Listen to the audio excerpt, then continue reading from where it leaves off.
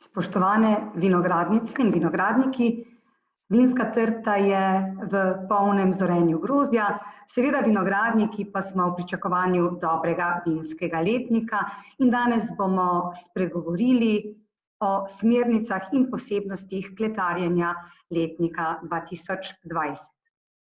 Ko se odločamo za čas in način trgatve, imamo seveda najprej v mislih vrsto vina, ki ga pridelujemo. Kajti za peneče vino seveda grozdje trgamo pred polno zrelostjo, da prinesemo nižji alkohol in seveda višje kisline. Za mirna vina, znotraj mirnih vin lahko pridelujemo vina normalnih trgatov in posebnih kakovosti, pa seveda mora grozdje na trti doseči tisto optimalno dozorelost, da lahko grozdje trgamo. Seveda pri vinih posebne kakovosti pa prezrelost. In tudi kadar trgamo grozdje za posebno naravno oziroma desertno vino, se trga prav tako v polni zrelosti. Seveda čas trgatve zavisi tudi od ciljane kakovosti vina. Po naši zakonodaji lahko pridelujemo od deželnih do vrhunskih vin posebnih kakovosti. In seveda kakovost je pogojena tudi s količino pridelka. Vemo je, da za tiste najvišje kakovosti je pridelek limitiran. In seveda za deželno vino lahko trgamo, ko je grozdje tisto optimalno dozorelo, tam okrog 80 ekslejev. Za kakovostno vino bi si želeli višje dozorelosti, za vrhunsko vino pa vemo, da mošt oziroma drozga ne smeta biti obogatena in seveda zato se mora vse zgoditi na mami trti in temu usmerjamo tudi čas trgatve. Ko se odločamo za kdaj trgati, ni vseeno, ali pridelujemo sortno čista vina ali zvrsti. Velik problem je, če imamo v vinogradih mešane različne sorte glede časa dozorelosti, recimo, da imamo v vinogradu rizvanec, šardone in šipon. Seveda ne moremo potrgati vseh skupaj, ampak seveda po njihovem času zorenja. In dejansko se dobra zvrst ustvarja šele v kleti, ko imamo vina z različnimi analitičnimi podatki in seveda senzoričnih lastnosti in potem ustvarimo harmonično zvrst. Če pa hočemo pridelati sortno čista vina, pa seveda mora biti sorta prepoznavna in sortno značilna, tako da laški mora biti laški in sauvignon sauvignon. Ko se odločamo za čas trgatve, je zelo pomemben tudi stil vina, ki ga želimo pridelati. Po naši zakonodaji lahko pridelujemo od suhega, polsuhega, polsladkega in sladkega vina. In seveda ni vseeno, kdaj trgati. Če želimo na primer polsladki traminec, ne bomo mogli trgati grozdja, preden le-to ne doseže dozorelosti najmanj 100 ekslevih stopinj. In tudi za dobro suho vino, ki bo izkazovalo torej bogato telo, ga ne morem trgati pred to dozorelostjo. In seveda, če želimo pridelati vina posebnih kakovosti, kot so pozne trgatve, izbori, prav tako. In na tem slajdu so zapisane tiste minimalne zakonsko zahtevane sladkorne stopnje dozorelosti posameznih kakovostnih stopenj.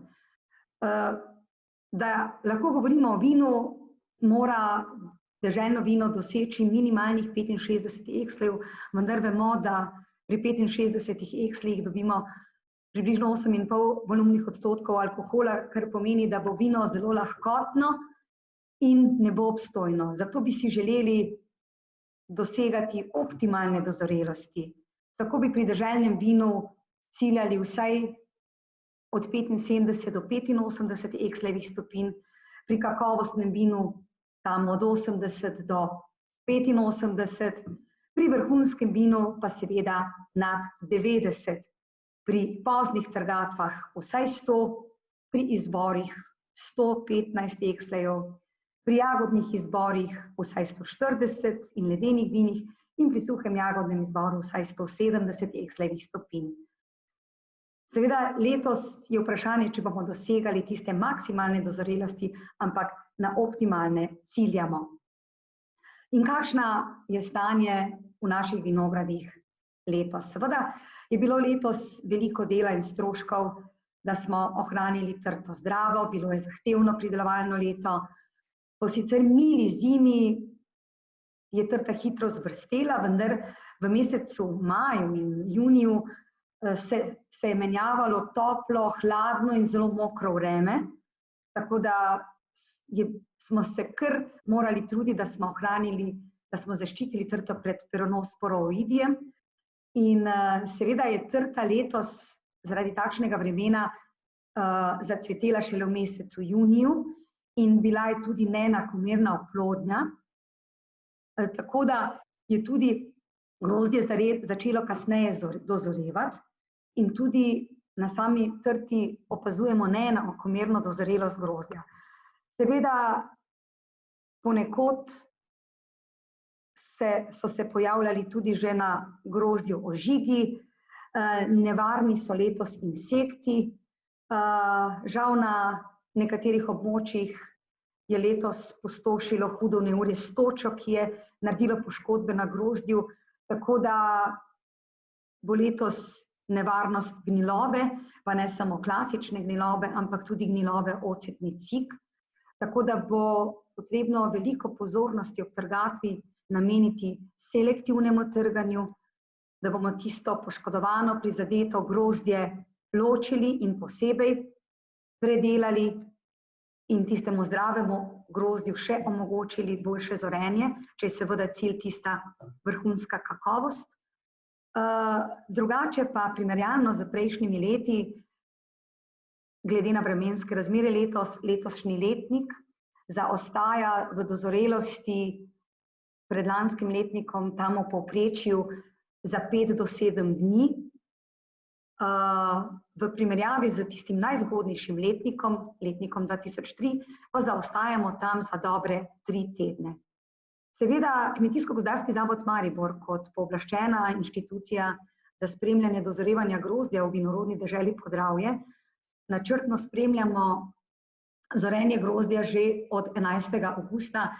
Tedensko jemljemo vzorce po celotnem terenu vinorodne dežele Podravje, torej v obeh okoliših Prekmurja in Štajerske Slovenije in znotraj Štajerske Slovenije tudi v vseh 6 podokoliših. In vse meritve tedensko objavljamo na naši spletni strani.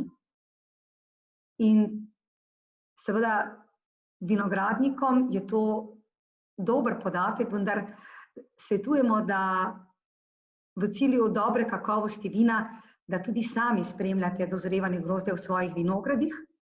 Zelo preprosto si vsake sorte zberete eno vrsto in po sončni strani naberete 50 jagod in po senčni strani 50 jagod, da pridete do enega povprečnega vzorca, to stisnete, preverite vsebnost sladkorja v Exleyjevih stopinjah oziroma Brixih in zaželeno bi bilo, da izmerite tudi skupne kisline in pH. Kajti skupne kisline so v letošnjem letu, tako kažejo podatki, v primerjavi z lanskim letnikom pri vseh sortah, tako zgodnjih kot srednje poznih in poznih sortah višje, je pa ugodno nižja pH vrednost, kar je pa zelo dober podatek, da bomo lahko lažje kletarili.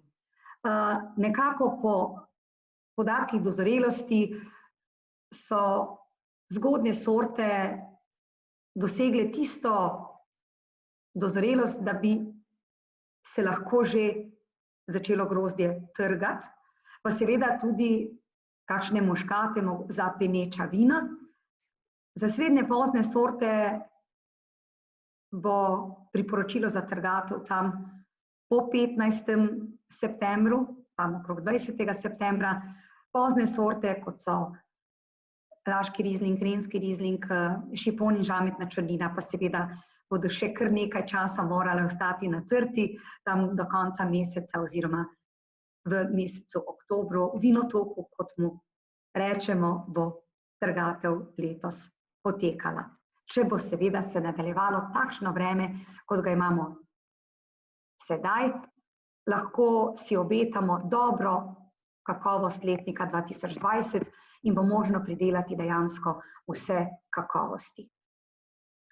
Seveda, iz takega grozdja, kot je vidno na tem sliki, je lahko sortno, poudarjeno, dišeče, harmonično pitno vino. In jaz upam, da je v vaših vinogradih takšna slika. Upam, da ni takšnih podob, kajti iz takega grozdja ne morem pridelati dobrega in zdravega vina. Se bo pa žal pojavljala sploh tam, kjer so bili vinogradi poškodovani od toče ali od insektov, bolezni, gniloba.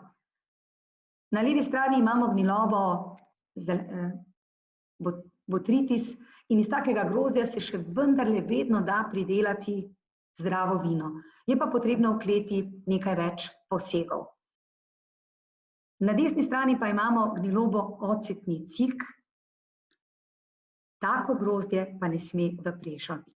In priporočam, da ste ob trgatvi pozorni in na to gnilobo. Velikokrat, sploh pri sortah, kot sta sivi pinot in traminec, je to težko opaziti, ker se te jagode namreč bakreno obarvajo, je potrebno grozdje tudi poskusiti oziroma vonjati, kajti smrdi po kisu. In zato je tako grozdje treba odstraniti in odpeljati iz vinograda. Jaz vem, da to predstavlja dodatno delo, ampak če je cilj dobro vino, potem je to nujen ukrep. Seveda, iz takega grozdja ne moremo pridelati vrhunskega vina. Tako da upam, da ni takih slik v vaših vinogradih, da ste reducirali že ob pletvi in seveda mogoče tudi razredčili, odstranili kakšen grozd, zdaj v začetku zorenja. Na tem sliki ni videti preobremenitve, ampak kot vidite problem neenakomernega dozorevanja. Na eni strani se že hoče pojavljati gniloba, na drugi strani je še zelo zeleno. Kdaj to trgati? Žal, dvakrat. Tako kot obirajo sadjarji jabolka, glede na obarvanost, tako za cilj dobre kakovosti, bo tudi letos verjetno treba pri nekaterih sortah trgati dvakrat. Seveda, kaj je glavna naloga vinarja in kletarja? Da grozdje, ki ga obere, da to kakovost poudari, jo ohrani in vse to dosežemo z vzdrževanjem ustrezne higiene, lahko bi rekli od grozdja do steklenice ali če hočete od trsnih škarij do kozarca, v katerem ponudim vino. Vse to lahko dosežemo z ustrezno opremljenostjo kleti, predvsem tukaj mislim na hlajenje, drozge, mošta oziroma vina, in pa seveda, da vse enotehnološke postopke izvedem dosledno in da enološka sredstva uporabljam umno. Pravi čas, pravi odmerek določenega sredstva. Seveda higiena je v tehnologiji vina tisto osnovno in prvo pravilo. In zdaj pred trgatvo imamo še dovolj časa, da preverimo, da pripravimo prešnico, da sčistimo, mogoče kaj prepleskamo, da preverimo, kako deluje rokalnik oziroma pecljalnik, drozgalnik, da preverimo, če stiskalnica deluje, kaj podmažemo, da pripravimo posodo za grozdje, seveda sčistimo klet, dezinficiramo, da pripravimo vinsko posodo. Seveda z rozfraj posodo, plastično posodo ni veliko dela, mora biti odstranjen kakšen vinski kamen. Z leseno posodo pa je seveda malo več skrbi. Vkolikor je bil sod konzerviran na suho, je le-tega potrebno prej pravočasno pripravljati. Če je na mokro, ga samo izlijemo vodo, splahnemo in je pripravljen. Vkolikor ni higiene v kleti, je nevarnost razvoja plesni škodljivih mikroorganizmov, najnevarnejše bakterije, seveda divje kvasovke, ki lahko povzročajo bolezni vina, kot so kan, etilacetatni ton, konjski znoj oziroma 4-etilfenol, miševina in še kaj. Jaz rada pošalim, da v vinski kleti mora biti veliko vode, dobre vode, ampak ne za dolivati, za čistiti. In to naj nam bo osnovno vodilo. Zdaj bomo pa šli po kratkih, jasnih korakih čez tehnologijo predelave grozdja. Kot smo rekli, želeli bi si optimalno tehnološko zrelost, glede na ciljano vrsto, stil in kakovost vina. Še enkrat poudarjam, selektivna trgatev v cilju dobre kakovosti. Še posebej, če želimo sortna vina in pri rdečih vinih je to kako pomembno. In preden gremo naprej, se moram takoj ustaviti pri ukrepu žvepljanja grozdja, drozge ali mošta. Žveplo je tisto nujno zlo, vendar se v vinarstvu uporablja že tisočletja. Ampak žveplo ima v vinarstvu 3 pomembne vloge. Je antioksidant, kar pomeni, da preprečuje oksidacijo, je antiseptik, torej zavira v delovanju škodljive mikroorganizme, predvsem kvasovke, bakterije, plesni, ki lahko povzročajo bolezni vina, in je nevtralizator. Namreč med alkoholnim vrenjem se poleg alkohola tvori veliko drugih produktov in tudi porabniki žvepla. In ravno žveplo ima vlogo, da nevtralizira te porabnike. In čim prej, ko uspemo nevtralizirati porabnike, tem prej dosežemo stabilnost vina na žveplo oziroma oksidacijsko stabilnost vina. Seveda v sodobnem vinarstvu se trudimo, da žvepla uporabljamo čim manj. Tale filozofski stavek je že mogoče zlajnan, pa vendar čim manj, vendar dovolj in pravi čas. Kdaj bomo žveplo dodali? Vkolikor smo tehnološko dobro opremljeni, da smo sposobni hladiti že grozdje oziroma drozgo, mošt, potem prvo žveplo lahko dodamo šele po končanem vrenju. Če pa nismo tako opremljeni, bo pa žal potrebno žvepljati bodisi grozdje, drozgo ali mošt.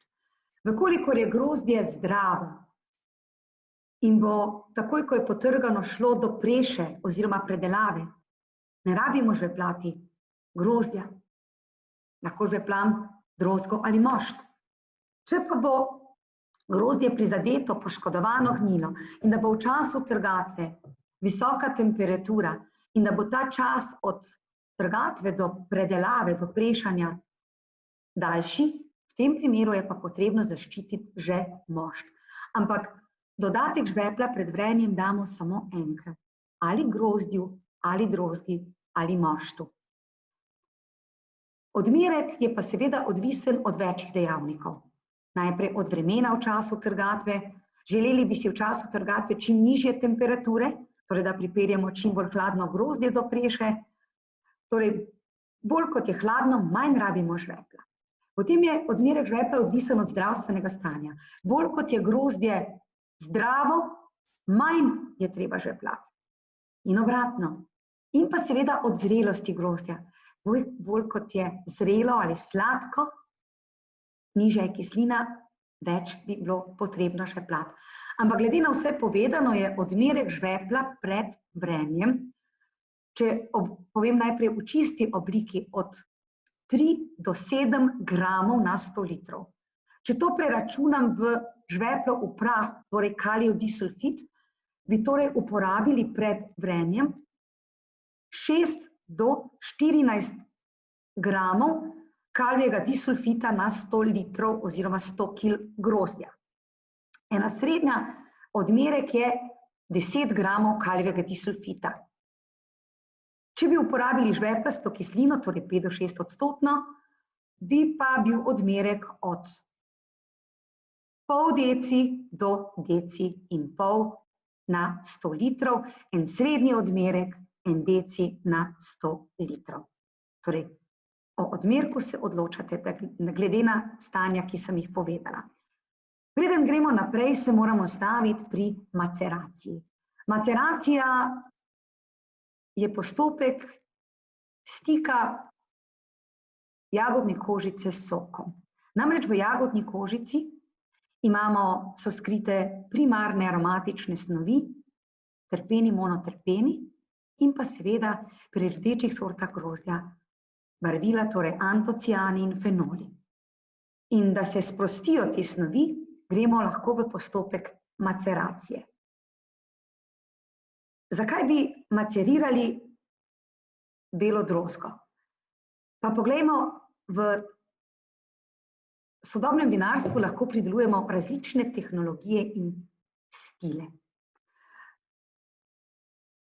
Ena smer potrošnikov išče vina, kjer je povečana dišavnost in sortnost, drugi pa iščejo vina, kjer je povečana polnost, ekstraktnost in stabilnost. In znotraj tega imamo, če pogledamo pri belih vinih, različne tehnologije možne. Da bi mi povečali dišavnost in sortnost, lahko izvedemo hladno maceracijo belih sort. Lahko uporabimo protektivno hiperreduktivno tehnologijo. Če bi pa želeli povečati polnost in ekstraktnost, ter seveda s tem stabilnost vina, pa bi lahko šli v daljšo maceracijo belega grozdja, uporabili, koristili zorenje na finih drožeh, potem zorenje v barik sočkih ali v velikih hrastovih sočkih. In kakšen je namen maceracije belega grozdja? Seveda, da se poveča primarna sortnost, z daljšo maceracijo seveda povečamo polnost in jasno, da ekstrahiramo barvne snovi. Poznamo več načinov maceracije belega grozdja. Če želimo poudariti sortnost in dišavnost, bomo seveda uporabili reduktivno maceracijo, ki poteka pod reguliranimi pogoji. Lahko bi torej potekalo v inertnih pogojih brez prisotnosti kisika, kjer pihavamo inertne pline, kot je inertal, to je mešanica dušika in ogljikovega dioksida ali argon. Seveda zelo pomembno je, da je temperatura čim nižja, pod 15, zaželeno 12 in manj, in pa kontaktni čas. Zdaj, primarne aromatične snovi so glikozidno vezane z glikozidnimi vezmi na sladkorje. In vkolikor ne pride do razcepitve teh vezi, se aroma ne more sprostiti in je to mrtvi kapital. Encimi imajo tisto vlogo, ki razcepijo te vezi. In seveda na grozdni jagodi je teh encimov žal premalo, tako da lahko pomagamo z dodatkom encimov, ki imajo beta-glukozidazno aktivnost, da pospešimo cepitev teh vezi in s tem mi lahko tudi skrajšamo čas maceracije, torej nekako od 2 do 24 ur in seveda odvisno od sorte. Zdaj, kakšno nevtralne sorte, kot so laški, šardonije, je nesmiselno macerirati en dan, kakšen sauvignon, rumeni muškat, pa zakaj ne? Moramo pa vedeti, da grozdje mora biti obvezno specljano izdrozgano in vkolikor nima možnosti hlajenja, žveplam drozgo, da ne oksidira. Lahko bi pa šli v drugo smer pridelave maceriranih belih vin. Tukaj pa seveda poteka oksidativna maceracija, lahko poteka v lesenih odprtih maceratorjih, iz hrastovega lesa, ki so bodisi nežgani ali ožgani. To lahko poteka v amforah iz žgane gline, torej in v tem času tudi poteče fermentacija. Ampak o teh tehnologijah kdaj drugič. Glede na to, da smo zdaj pri maceraciji, bi se seveda obrnili tudi k maceraciji rdečega grozdja. Seveda pri rdečem grozdju je pa še kako pomembno, če želimo pridelati rdeče vino, da je jagodna kožica 100% zdrava in da je tudi grozdje fenolno dozorelo, torej da dosežemo fenolno dozorelost, da je pečka zrela, da je rjava. Potem mi lahko imamo osnovo za bogato in izjemno rdeče vino. In poglejmo, kateri so tisti najpomembnejši dejavniki, ki vplivajo na proces maceracije. Seveda najprej zastavljen cilj. To je pitna zrelost vina. Seveda, če želimo hitro užitno zrelost vina, se ne bomo mogli iti nekih daljših maceracij in zorenja v barik sočkih, ampak bomo izbrali krajšo maceracijo. Seveda, odvisno je od kakovosti grozdja. Za daljše maceracije mora biti poleg fenolne dozorelosti tudi osnova vsaj 95 plus Exlerjevih stopinj. Seveda je tudi tukaj, imamo znotraj postopkov maceracije možnosti klasične maceracije, kjer je alkoholno vrenje, tisto, ki sprošča barvo, in seveda tukaj je pomemben tudi čas. Z daljšo maceracijo torej vplivamo na več fenolov in bo tako rdeče vino tudi kasneje užitno zrelo, vendar tudi bolj obstojno. Če pa želimo torej lahkotno sadno rdeče vino, seveda izberemo krajšo ali celo hladno maceracijo. Torej tudi temperatura ima velik vpliv pri maceraciji, kajti barvne snovi antociani se boljše topijo pri višjih temperaturah, kar se pri alkoholnem vrenju dejansko tudi doseže. Kakorkoli pa tudi SO2 kot tak žveplo pospešuje razbitje celičnih open in ščiti pigment. Pa bomo najprej pogledali klasično maceracijo, kjer drozga fermentira. To je tradicionalen način pridelave rdečega vina. Seveda moramo pa tukaj poskrbeti, ko specljamo in zdrozgamo, da drozga začne vreti takoj, kar pomeni, da moramo dati vrelni nastavek selekcioniranih izbranih kvasovk in seveda hrane za kvasovke. Še enkrat naj opozorim, vkolikor grozdje ni zdravo, rdečega grozdja ne maceriram, ampak predelam takoj, je pač roze. Čeprav dober roze je tudi iz zdravega rdečega grozdja, pri rozeju seveda je postopek brez maceracije, torej da stisnemo takoj, ali pa samo nekaj urna maceracija, da pridemo do tiste željene rožnate barve, bodisi barve lososa ali barve čebulne lupine, in da v okusu ohranimo svežino, pitnost brez trpkosti. Torej, v zgodbi rdečega vina pa seveda mora drozga zmacerirati. Med alkoholnim vrenjem drozge seveda nastali alkohol razrahlja celične stene in membrane barvnih snovi, ki se tako prehajajo v sok. Seveda moramo, vkolikor nam vre v odprti kadi, imamo namreč znotraj klasične maceracije možnosti 3 sistemov. Imamo sistem, da vre v odprti kadi, v tem primeru se posoda napolni samo do 3/4. Imamo, in v tem primeru seveda je nujno potapljanje klobuka, imamo možnost zaprtega sistema, kjer je obteženo, da se klobuk ne dviga, in imamo možnost uporabe vinifikatorja, fermentatorja, kjer posoda sama bodisi potaplja, izpira drozgo oziroma meša. Vkolikor se odločimo torej za klasično maceracijo, moramo ta klobuk pogosto potapljati.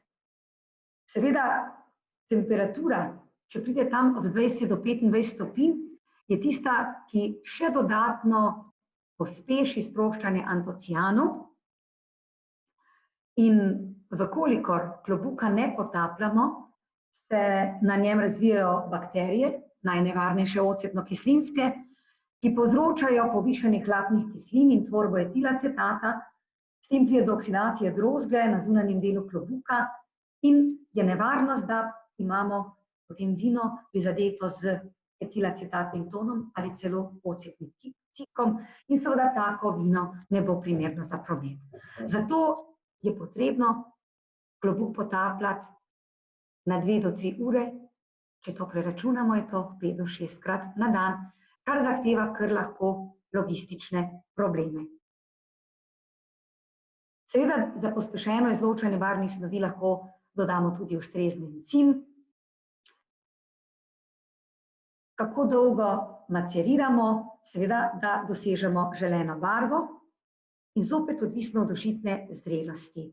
Seveda za sveža, mlada rdeča vina bi nekako macerirali, da povre drozga tam nekje do 2/3, to je tam nekje do 7 dni, da ne bo preveč tanina. Če pa želimo rdeča vina s poudarjenimi fenolnimi snovmi, pa seveda se priporoča daljša maceracija, 14-dnevna, 3 tedna, vendar mora biti tudi osnova.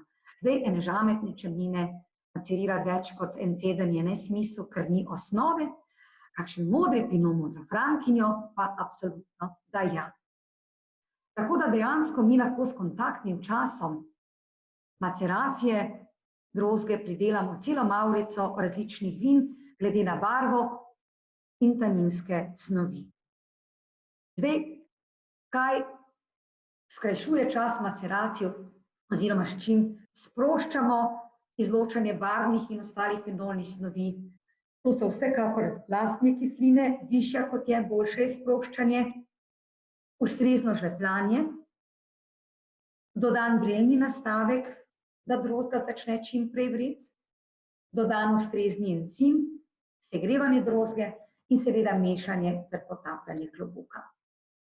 Na tejle prosojnici vidite, kako barva narašča. Torej po 8. dnevu nekako intenzivnost barve ne narašča, ampak z daljšo maceracijo mi pridobivamo na fenolih, torej na taninih. Za tiste, ki nimate možnosti rednega potapljanja klobuka ali nimate vinifikatorja, je pa možnost, da greste v izvedbo SO2 maceracije, kjer pa v tem času onemogočimo vrenje, ampak žveplo, ki ga dodamo, sprošča barvne snovi, delno tudi taninske in druge v mošt. Ampak, če se bomo lotili tega postopka, je treba delati po receptu. Teoretično torej je potrebno dodati 15 do 20 gramov kalijevega žvepla na 100 litrov drozge. Če to preračunam v kalijev disulfid, je to količina 30 do 40 gramov na 100 litrov. Sliši se veliko, vendar, če toliko ne damo, ne bo uspeha in ne bo ekstrakcije. Absolutno priporočam dodati žveplo v prahu s taninom in zelo pomembno je, da to žveplo tudi zelo dobro zmešam z sleherno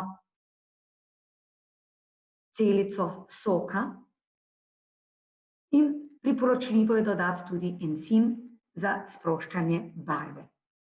Tanin, ki je v žveplu dodan, bo dodatno stabiliziral barvo. In kaj je prednost tega postopka?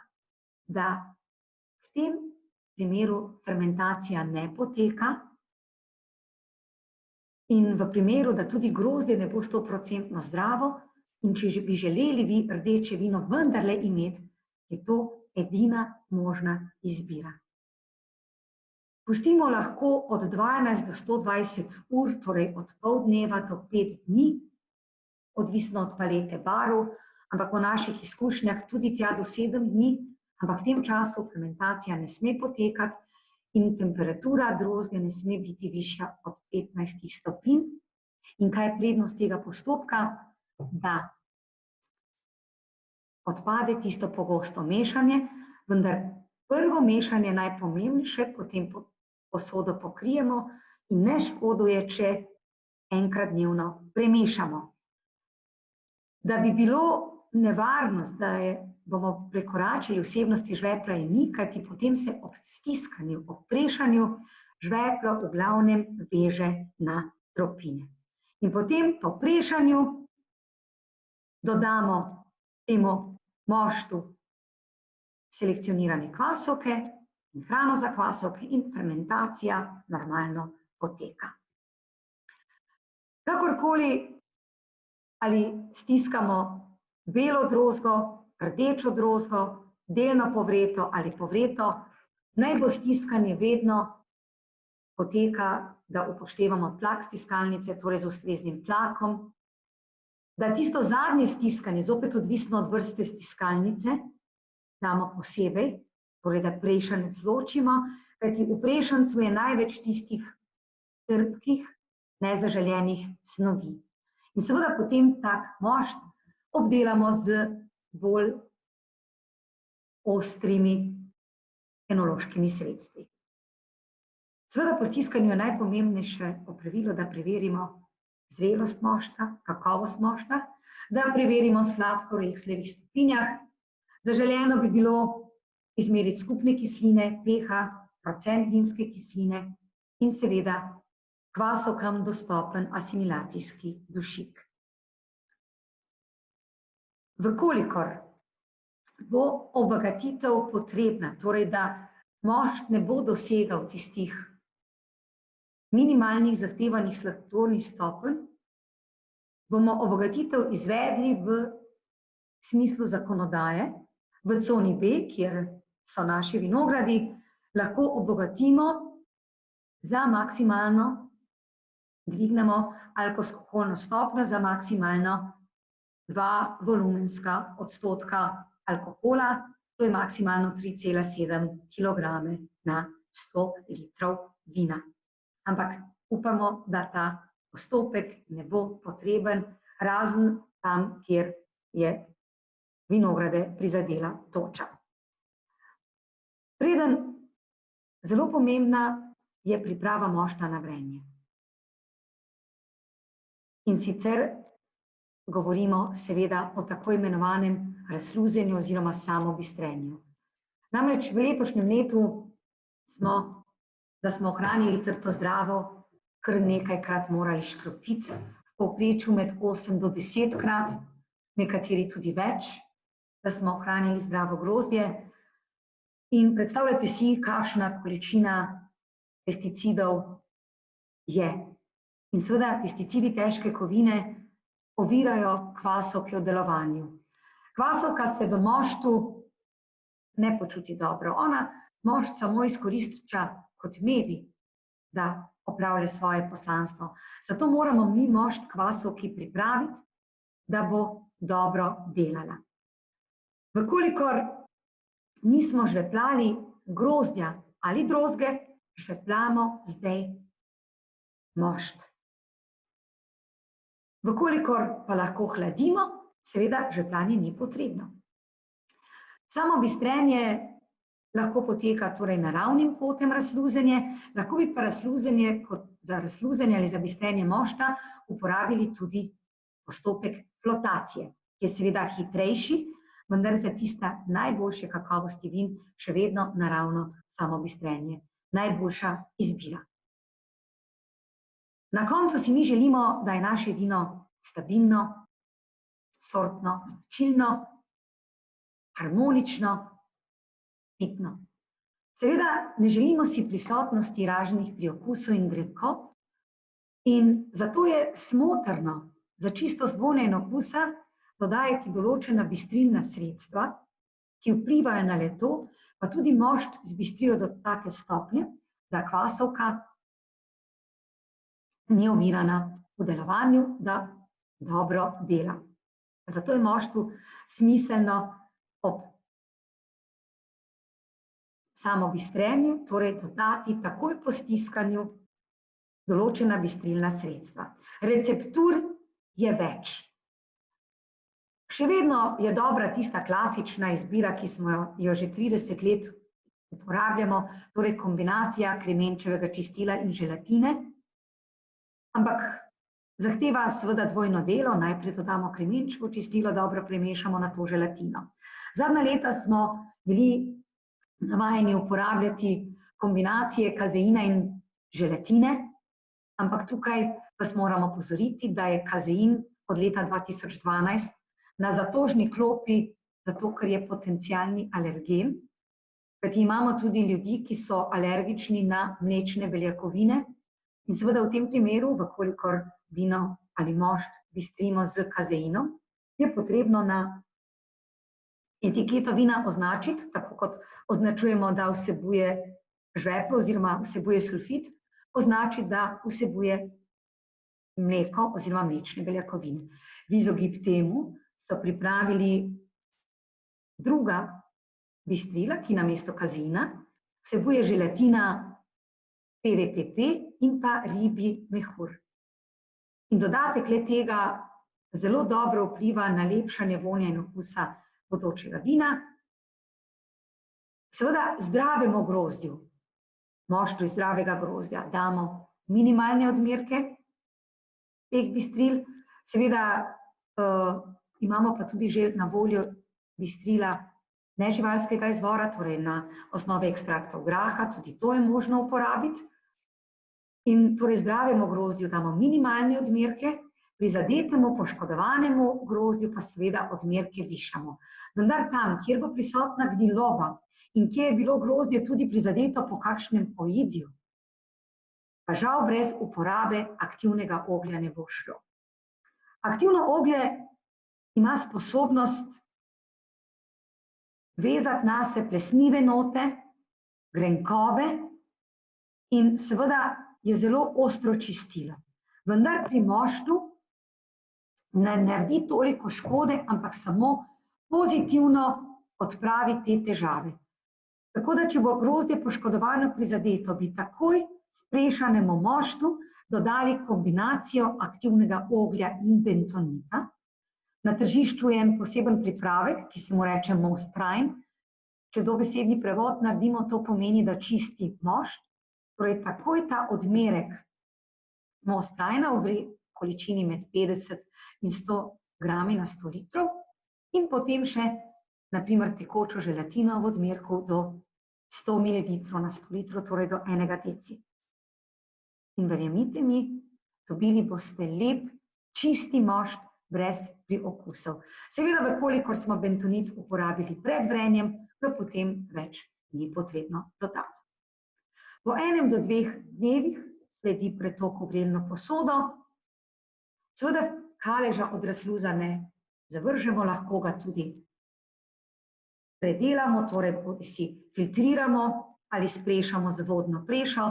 Seveda v tem primeru je potrebno dodati grobo kremenčevo sigo, pol ure pred stiskanjem, od 1,5 kg do 2 kg na 100 litrov, da se torej ti ostanki vežejo na sigo in ven priteče čisti mošt.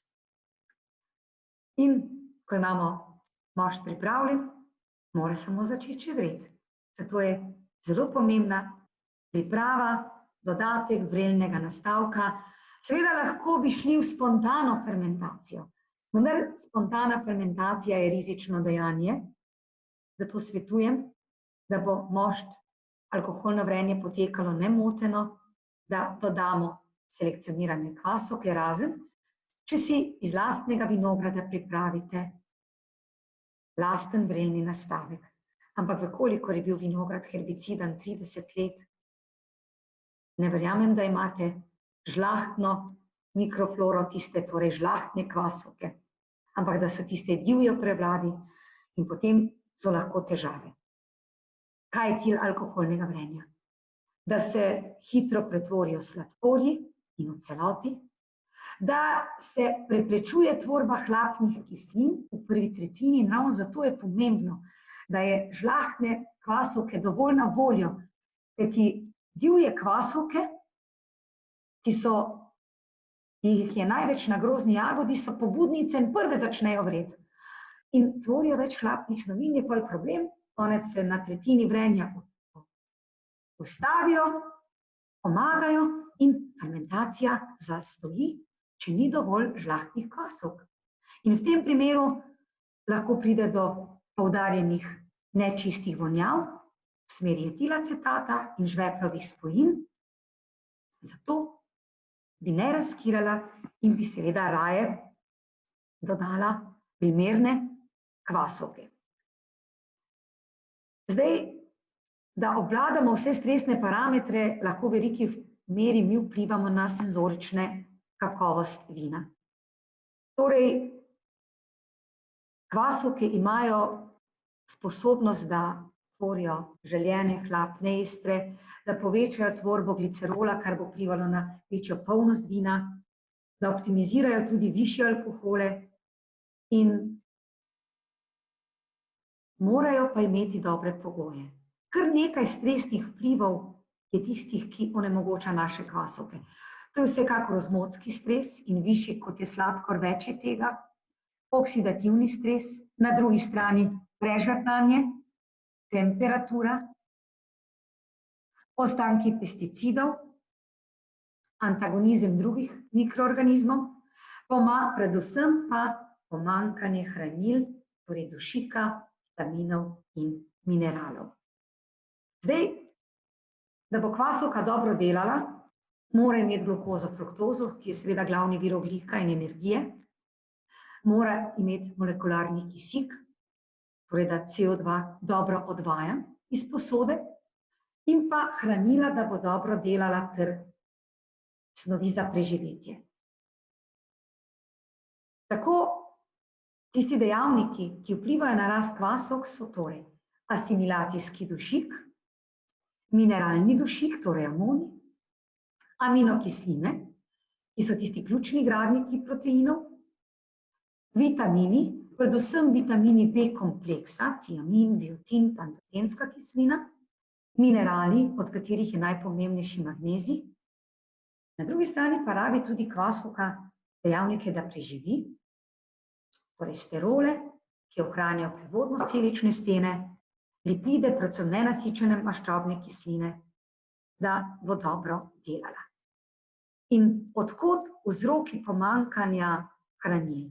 Po letošnjih naših meritvah, ko zdaj že spremljamo vsebnost kvasovkam dostopnega asimilacijskega dušika, je le tega v velikem manku. In kje vidimo lahko vzroke? Eno je stanje v tleh, torej tip tal, globina rigolanja, gnojenje, zadnja leta opuščamo gnojenje z dušikom in seveda pomanjkanje vira dušika. Tudi klima vpliva s svojimi dejavniki, bodisi suša, bodisi stresi, vročinski vali, posamezne sorte, podlage, agrotehnični oziroma ampelotehnični ukrepi, zdravstveno stanje vina in seveda čas trkatve. In vse to rezultira, da je hranil v moštvu premalo in kaj se zgodi? Pridemo do upočasnjene ali prekinjene fermentacije in razvijajo se reduktivni voni v smeri H2S oziroma bekserjev. In tveganje, da se bo alkoholna fermentacija upočasnila oziroma da se bodo razvili nečisti voni, je manj verjetna, če je tega kvasovkam dostopnega dušika dovolj. Ko vidite na tej prosojnici, da bo kvasovka normalno delala, bilo vsaj 150 mg na liter. Ampak še vedno je 56% verjetnost, da se bo razvil bekser. Ampak to ne tisti klasični bekser po gnilih jajcih. Ne, tiste dietil-dimetilsulfitne note, ko von vina spominja na česen, čebulo, ožgano vino. In tega bekserja žal ne morem odpraviti z klasičnim zračnim pretokom in žvepljanjem, ampak z uporabo bistrila na osnovi bakrovega sulfata ali citrata. Za baker pa vemo, da je težka kovina. Zato moramo poskrbeti za dobro prehranjenost kvasovk. Kot vidite, če je tega dušika nad 250 mg na liter, je verjetnost za tvorbo bekserja minimalna. Zato brez dodatka hrane za kvasovke žal ne bo šlo. Po naših podatkih je zdaj povprečna vsebnost kvasovkam dostopnega asimilacijskega dušika med 80 in 120–130 mg na liter, kar je absolutno premalo. Zato tudi svetujem, da pred vrenjem preverite vsebnost dušika. Na našem zavodu opravljamo poleg vseh ostalih analiz tudi te analize, zelo hitro analiza končana, tako da vabim vinogradnike, da prinesejo vzorce, da se bodo pravilno odločili za pravočasni dodatek hrane za kvasovke. Kar se pa dodatke hrana za kvasovke tiče, pa imamo mi na voljo, na razpolago na trgu različna hranila. Imamo tista najenostavnejša hranila, kot je diamonijev hidrogen fosfat oziroma diamonijev sulfat. Imamo enostavna hranila, kjer imamo že kombinacijo tudi vitaminov zraven, ampak velikokrat ta hranila niso dovolj. Tako kot bi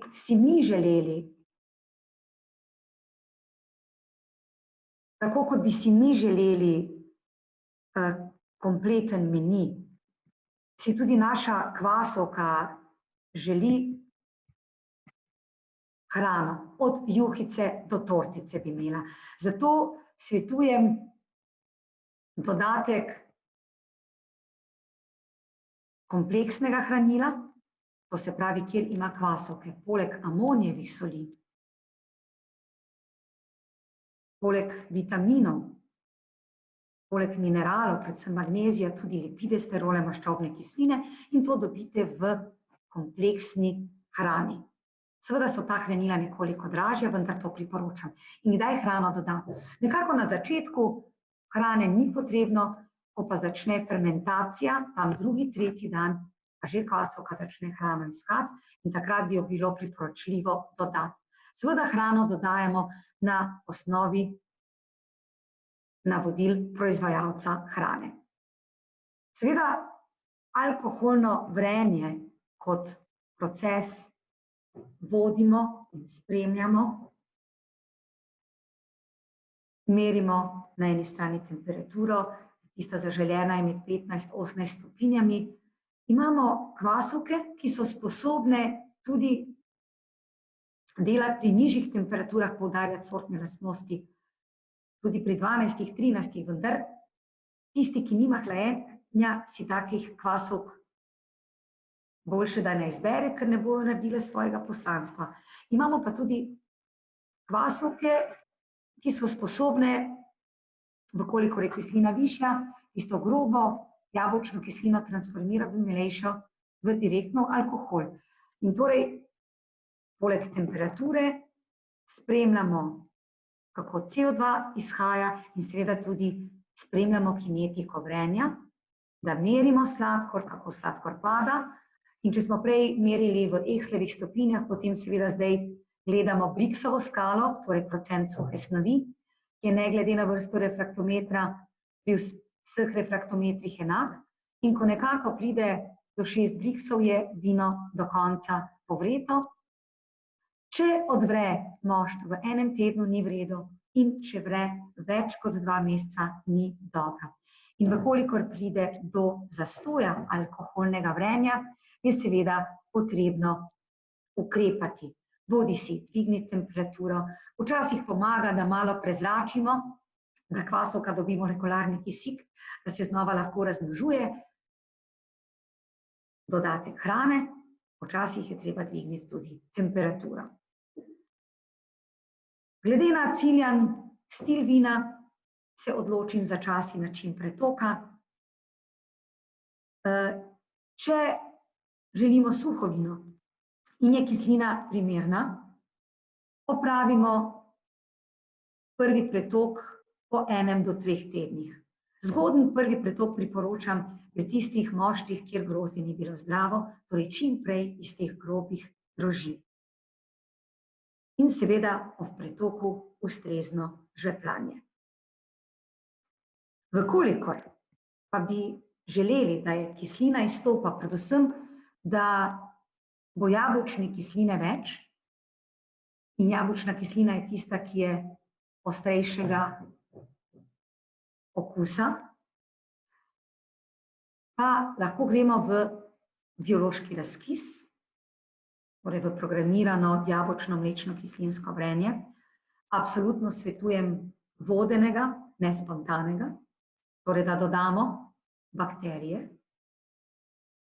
Ampak bakterija rabi za svoje poslanstvo tudi fizikalne pogoje, in kemijske pogoje. Fizikalni pogoji so torej temperatura nad 17 stopinj, kar po končanem vrenju ponavadi je. Bog ne daj prisotnost kisika, kar pomeni, da moramo doliti, dopolniti posodo. pH nad 3,2, prostega žvepla pod 10 in skupnega pod 40, kar pomeni, da ne žvepljamo. In potem seveda biološki razkis vodimo, spremljamo. Ko ocenimo, da je razkis svoje naredil, spremljamo najlažje seveda, da merimo skupne kisline in seveda razmerje med jabolčno kislino in potem merimo že mlečno in potem se seveda odločimo za pretok in žvepljanje. Generalno je žvepljanje mladega vina tisti eden najpomembnejših ukrepov, katerega bomo izvedli ob pretoku. Zdaj, mlado vino je nebogljeno, podvrženo oksidaciji, mikroorganizmi so še prisotni, ne treba torej čim prej doseči stabilizacijo. In dejansko pri žvepljanju mladega vina mi odločamo o usodi. Na koncu mi želimo, da je skupnega žvepla čim manj. Zato moramo mlademu vinu dati žvepla dovolj, da se bo razvijalo v pravo smer, da bo razvilo čim prej stabilnost, torej da čim prej nevtraliziramo porabnike žvepla. Ni pa vseeno, koliko žvepljamo. Odvisno je od barve vina in od ostanka nepovretega sladkorja ter od pH vrednosti. Suho belo vino bi nekako moralo imeti, da se bo razvijalo v pravo smer tam nekje med 25 in 30 mg prostega žvepla. In da to dosežemo, je potrebno dati mlademu vinu med 5 in 7 grami žvepla na 100 litrov. Če to preračunam v žveplo s to kislino, je to od deci do deci pa pol na 100 litrov. Seveda v žvepljanju moramo upoštevati tudi vsebnost kisline in pH. Nižji kot je pH, višja je kislina, je dovolj 5 gramov, če pa je pH višji in kislina nižja, bo pa treba dati 7 gramov, torej deci pa pol na 100 litrov. Rdečemu vinu dodamo žvepla tam nekje med 5 in 6 grami na 100 litrov. Če uporabim žveplasto kislino, je to od deci do deci 20 na 100 litrov. Če bomo bolje pa je uporabiti žveplo v prahu s taninom, ko dodamo od 10 do 12 gramov kalijevega disulfita s taninov na 100 litrov vina. Nekateri pa pridelujete vina z ostankom nepovretega sladkorja. Seveda pri teh vinih se redko kdaj zgodi, da bi se sladkor sam ustavil, torej vrenje samo ustavlja. Tako da moramo pristopiti k programirani prekinitvi vrenja, seveda ne stihijsko in na pamet, preveriti, torej izmeriti približno z refraktometrom sladkor, če hočemo natančno dati izmeriti kemijsko in seveda potem ukrepati. Ne samo, da bi žvepljali, to je najslabši možni način, ampak ohladiti vrenje, ohladiti mošt oziroma mlado vino, torej znižati temperaturo, pretočiti potem in žvepljati. Seveda pri vinih z ostankom sladkorja, odvisno od ostanka sladkorja, bi naj imela žvepla med 35 pa tja do 50 mg, ko govorimo o višjih ostankih, ko so predikati, pozne izbori in tako dalje. In v tem duhu tudi dodam žveplam od 10 do 12 gramov čistega žvepla na 100 litrov, od 2 deci, 2 do 3 deci na 100 litrov. Seveda se sliši veliko, vendar če toliko ne bomo dodali, bo vrelo naprej in ne bomo uspeli prekiniti in je problem, bomo vplivali na višjo vsebnost skupnega žvepla. Zato se ne bati žvepla pri mladem vinu. Dati dovolj, da bo žveplo čim bolj počasi padalo, kajti s pogostimi dožvepljanji mi kopičimo skupno žveplo. Seveda imamo pa postopek tehnološki, s katerim lahko znižamo skupno žveplo na zelo nizek nivo, to je zorenje vina na finih drožeh. In zato si bomo zdaj vseeno čisto na kratko na koncu pogledali, kako lahko z tem možnimi tehnologijami pridelamo ciljan profil vina. Imamo več možnosti. Da si pogledamo, kako bi povečali sortnost. S tem ohranimo primarno sortnost in da se sproščajo aromatične snovi. Absolutno bi šli v postopek hladne maceracije drozge. To je seveda za belo vino govorim. Okrog 12 stopinj. Dodati pektolitični encim z beta-glukozidazno delovanostjo. 2 do 24 ur, odvisno od sorte. Stiskanje, razsluzenje. Alkoholno vrenje s kvasovkami z beta-glukozidazno aktivnostjo pri temperaturi 15 stopinj ali še nižji. Lahko pa bi vplivali na boljšo aromatiko, da bi ob vrenju dodali jagode. Torej je potrebno pobrati lepe zdrave jagode, razpecljati grozd in jih dodati 2 do 3% v mošt, to je 2 do 3 kile na 100 litrov. In seveda te jagode v moštu med vrenjem počijo in se sprošča aroma. Tako so delali že naši dedi stoletja nazaj in ob pretoku te jagode odstranimo. Seveda jagode, sorte, ki jo fermentiramo, ne da bi zdaj muškatove jagodke dali laškemu rizniku. To ne bomo počeli. Lahko bi kombinirali A in B. In seveda na ta način dobimo vina, ki imajo poudarjeno sortnost, sadnost, svežino, prepoznavnost, so ekstraktno sicer manj bogata, so pa izjemno pitna.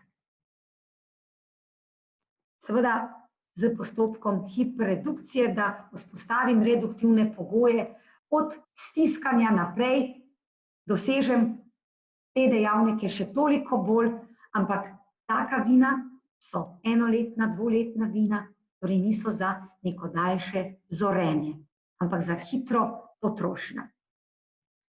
Na drugi strani pa, če bi želeli povečati polnost, ekstraktnost in stabilnost vina, bi lahko alkoholno vrenje potekalo pri temperaturi nad 18 stopinj. Seveda v tem primeru se tvori več glicerola in drugih višjih alkoholov, ki zabrišejo sicer sortnost, vendar bogatijo vina na okusu, s tem dosežemo bolj poln, bogat okus. Glede na to, da vrenje poteka hitreje, se tvori več CO2, ki odnaša aromatiko. Takšna vina so bogatejša na okusu, so pa seveda manj sortna in lahko tudi sortno neizražena. In postopek, ki sem ga že prej omenjala, kako vplivati ne samo na polnost vina, to je zorenje na finih drožeh, najmanj 3 do 6 mesecev. Seveda, tukaj pa takoj naj poudarim, da ta postopek si bo izbral tisti, katerega mošt je bil grozdje 100% zdravo, naravnega sladkorja 95+, torej vsaj 13 volumskih odstotkov alkohola. Potem lahko gremo mi v ta proces in po končanem alkoholnem vrenju je treba takoj opraviti pretok iz grobih droži in potem mošt, mlado vino leži na finih drožeh, ki leptijo, namreč iz odmrlih kvasovk se tvorijo manoproteini, ki imajo kakšno vlogo? Vežejo aromo in jo s tem ohranjajo. Stabilizira se vinski kamen, vežejo se termolabilne beljakovine, kar pomeni manjša poraba bentonita, ali se v velikih primerih sploh doseže stabilnost na beljakovine in povečuje se oksidativna stabilnost vina, torej manjša potreba po žvepljanju, kajti v tem času mlado vino ni žveplano. Ampak kaj je zelo pomembno, da te droži ne pustimo statičnih, redno mešanje, dviganje, ob čim manjšem zračenju seveda v reduktivnih pogojih, torej če se le da. Od začetka mešamo 2-krat tedensko, potem tedensko na 14 dni, torej največ tja do pol leta. In na tak način lahko dosežemo vina, ki so kemijsko bolj stabilna, bogatejša na ekstraktu, ker sočasno steče tudi biološki razkis mehkejša, pa ona zaokrožena, so pa sicer sortno manj značilna, imajo pa dolg potencial za zorenje in starenje in seveda manjšo obremenitev z skupnim žveplom in bi lahko rekli, da so tudi bolj zdrava. V celotnem procesu zorenja vina bodimo pozorni na pojav napak ali bolezni, tako da redna kontrola, tako senzorična kot kontrola vsebnosti prostega žvepla in dolivanja. In seveda čisto na koncu vam želim, da to letošnje grozdje doživi optimalno dozorelost, da ga dobro predelate in donegujete zdrava, stabilna vina in upam, da jih boste tudi, da bodo taka vina našla prava usta za pravo ceno, torej lepo in uspešno trgatev vam želim in seveda naj bo na zdravje za zdravje. Ostanimo zdravi. Srečno!